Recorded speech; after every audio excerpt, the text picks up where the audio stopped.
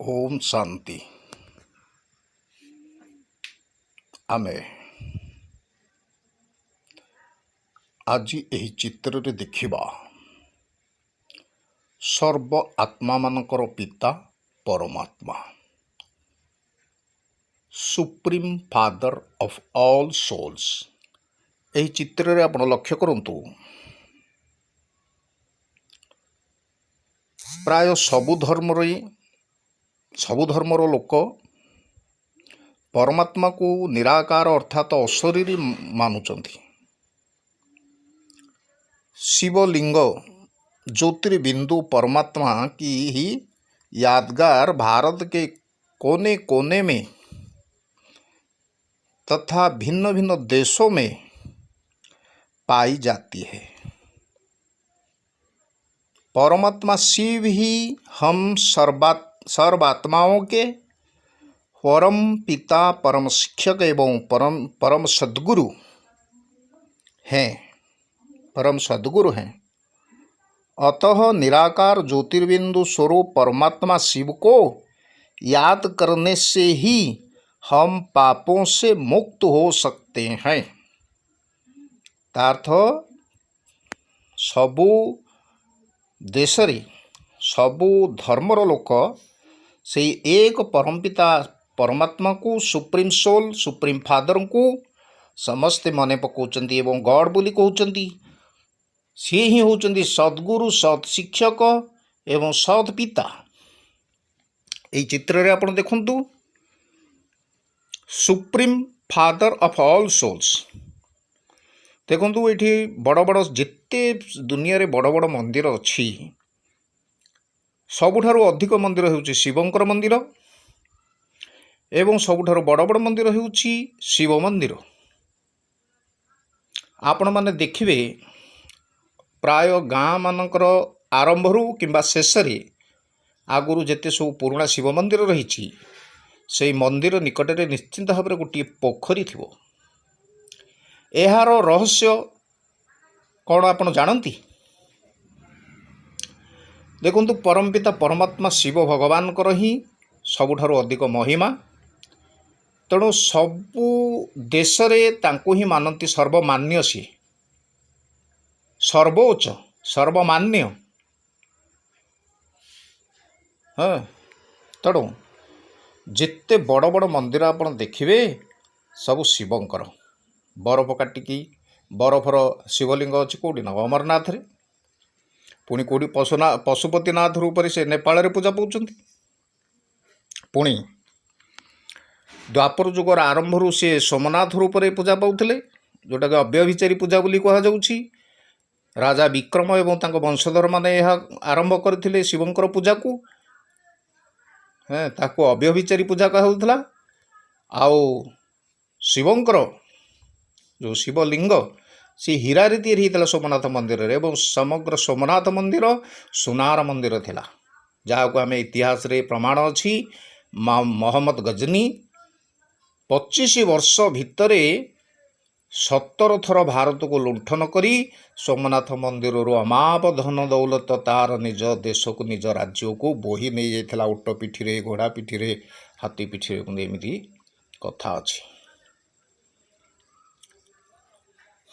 तेणु देखंतु विश्वनाथ, अमरनाथ, पशुपतिनाथ एवं रामेश्वर जेतेबेले सीता को उद्धार करने पे एवं रावण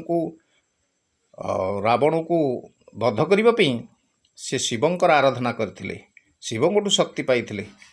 सेथिपई तांकर नाम अनुसारे भगवान शिव रामेश्वर बोली पूजा पाइले दक्षिण रे,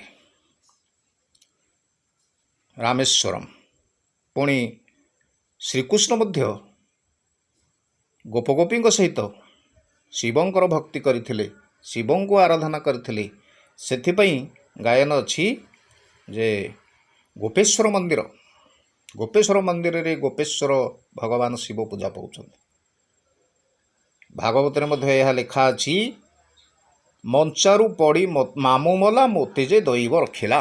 मंचारू पड़ी मामू मला मोते जे दैव रखिला। तेणु से दैव किए से ନା ସ୍ୱୟଂ ଭଗବାନ ଶିବ। ତାପରେ ଦେଖିବେ ଯୀଶୁ ଯିଏକି ଖ୍ରୀଷ୍ଟ ଧର୍ମର ପ୍ରତିଷ୍ଠାତା, ସେ ମଧ୍ୟ ନିଜକୁ ଏବେ ଭଗବାନ ବୋଲି କହିନାହାନ୍ତି, କାରଣ ସେ ଦେହଧାରୀ, ସେ ମନୁଷ୍ୟ। ସିଏ ମଧ୍ୟ ଆଙ୍ଗୁଠି ଉପରକୁ କରିଛନ୍ତି ଏବଂ କହିଛନ୍ତି ଗଡ୍ ଇଜ୍ ଏ ଲାଇଟ୍। ଶିଖ ଧର୍ମର ଧର୍ମଗୁରୁ ଗୁରୁ ନାନକ ସେ ମଧ୍ୟ ଆଙ୍ଗୁଠି ଉପରକୁ କରି କହିଛନ୍ତି ଯେ ଏକ ଓମକାର ନିରାକାର। ଏଥିରୁ ବୁଝାପଡ଼ୁଛି ଯେ ପରମାତ୍ମା ଶିବଙ୍କୁ ହିଁ ସବୁ ଧର୍ମର ଧର୍ମାତ୍ମା ମାନେ ବା ଧର୍ମ ସ୍ଥାପକ ମାନେ ମାନିଛନ୍ତି ଏବଂ ତାଙ୍କୁ ହିଁ ସାରା ଦେଇଛନ୍ତି। ସର୍ବଧର୍ମ ମାନ୍ୟ ଜାପାନୀ ଭାଇମାନେ, ସେମାନେ ତାଙ୍କ ଆଖି ସାମ୍ନାରେ ଗୋଟିଏ ରେଡ୍ ଲାଇଟ୍ ରଖିକିରି, ଲାଲ କଲର୍ର ଲାଇଟ୍ ଗୋଟେ ରଖିକିରି, ପରମାତ୍ମାଙ୍କର ଜ୍ୟୋତିର୍ବିନ୍ଦୁ ସ୍ୱରୂପ ଗୋଟେ ଲାଇଟ୍ ରଖି ତାକୁ ହିଁ ଦେଖି ସେ ମେଡ଼ିଟେସନ୍ କରିଥାନ୍ତି। ଏବଂ ଆମର ମୁସଲମାନ ଭାଇମାନେ, ତାଙ୍କର ବି ମୂର୍ତ୍ତି ପୂଜା ନାହିଁ, ସେମାନେ ଆଲ୍ଲା ଡାକନ୍ତି, ସେଇ ଭଗବାନଙ୍କୁ ହିଁ ସେ ଆଲ୍ଲା ବୋଲି କହନ୍ତି। ଏବଂ ତାଙ୍କର ଯେଉଁ 5 ବର୍ଷରେ ଥରେ ତାଙ୍କର ଗୋଟେ ମକ୍କା ମଦିନାକୁ ଯେଉଁ ହଜ୍ କରିବାକୁ କ'ଣ ଯାଆନ୍ତି, ସେମାନେ ମଧ୍ୟ ଯେଉଁ ହଜ୍ କରିବାକୁ ଯାଆନ୍ତି, ତାଙ୍କର କ'ଣ ସେ ମକ୍କା ମଦିନାରେ ତାଙ୍କର ଛୋଟ ଛୋଟ ସବୁ ଶାଳଗ୍ରାମ ଥାଏ ଏବଂ କ'ଣ ଗୋଟେ କାବା ପଥର ବୋଲି କହନ୍ତି, ସେ କାବା ପଥରକୁ ସେମାନେ ଚୁମ୍ବନ ଦିଅନ୍ତି ଏବଂ ଏତିକି ଛୋଟ ଛୋଟ ଗୋଡ଼ି ତା ଉପରକୁ ଲକ୍ଷ୍ୟ କରିକି ମାରନ୍ତି। ଏମିତି କ'ଣ ତାଙ୍କର ଅଛି ପରମ୍ପରା। ତେଣୁ ସେଇଠି ମଧ୍ୟ ଶିବଙ୍କର ହିଁ ଆରାଧନା କରାଯାଉଛି ଆଲ୍ଲା ରୂପରେ। ସେମିତି ଆମେ ଦେଖିବା ଶିରିଡ଼ି ସାଇବାବା ମଧ୍ୟ ଆଙ୍ଗୁଠି ଉପରକୁ ଟେକିଛନ୍ତି ଏବଂ ସେ ମଧ୍ୟ କହୁଛନ୍ତି ଯେ ସବକା ମାଲିକ ଏକ ହେ।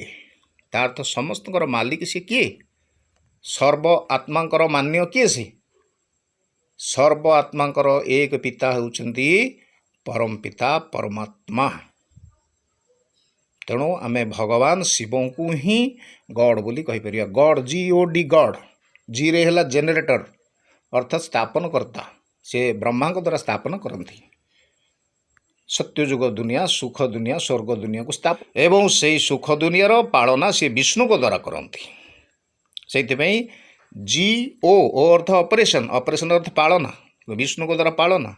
ଏବଂ GOD, ଡିରେ ହେଉଛି ଡେଷ୍ଟ୍ରକ୍ସନ୍, ଏବଂ ଶଙ୍କରଙ୍କ ଦ୍ୱାରା ସେ ଦୁଃଖ ଦୁନିଆ, କଳିଯୁଗ ଦୁନିଆକୁ ବିନାଶ କରନ୍ତି, ନର୍କ ଦୁନିଆକୁ ବିନାଶ କରାନ୍ତି।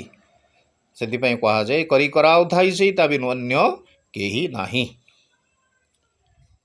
ତେବେ ଆମେ ଯେଉଁ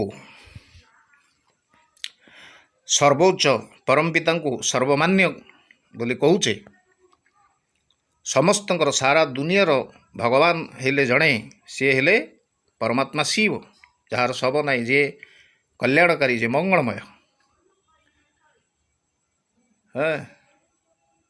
ତେଣୁ ଯାହାକୁ ସାରା ଦୁନିଆ ମାନୁଛି, ଆମେ ତାଙ୍କୁ ହିଁ ଭଗବାନ ବୋଲି କହିପାରିବା। ଭଗବାନ, ଭରେ ହେଉଛି ଯେ ଭବସାଗର ପାର କରିବା ବାଲା, ଗରେ ହେଉଛି ଯେ ଗତି ସଦଗତି ଦେବା ବାଲା, ଏବଂ ବାରେ ହେଉଛି ଯିଏ ସମସ୍ତଙ୍କର ବାବା, ଯିଏ ବାଣୀରୁ ଉର୍ଦ୍ଧ୍ୱ, ଏବଂ ନରେ ହେଉଛି ଯିଏ ନରରୁ ନାରାୟଣ ଏବଂ ନାରୀରୁ ଶ୍ରୀ ଲକ୍ଷ୍ମୀ କରିପାରନ୍ତି। ସିଏ ହିଁ ଭଗବାନ, ସିଏ ହିଁ supreme father of all souls. ଓମ୍ ଶାନ୍ତି।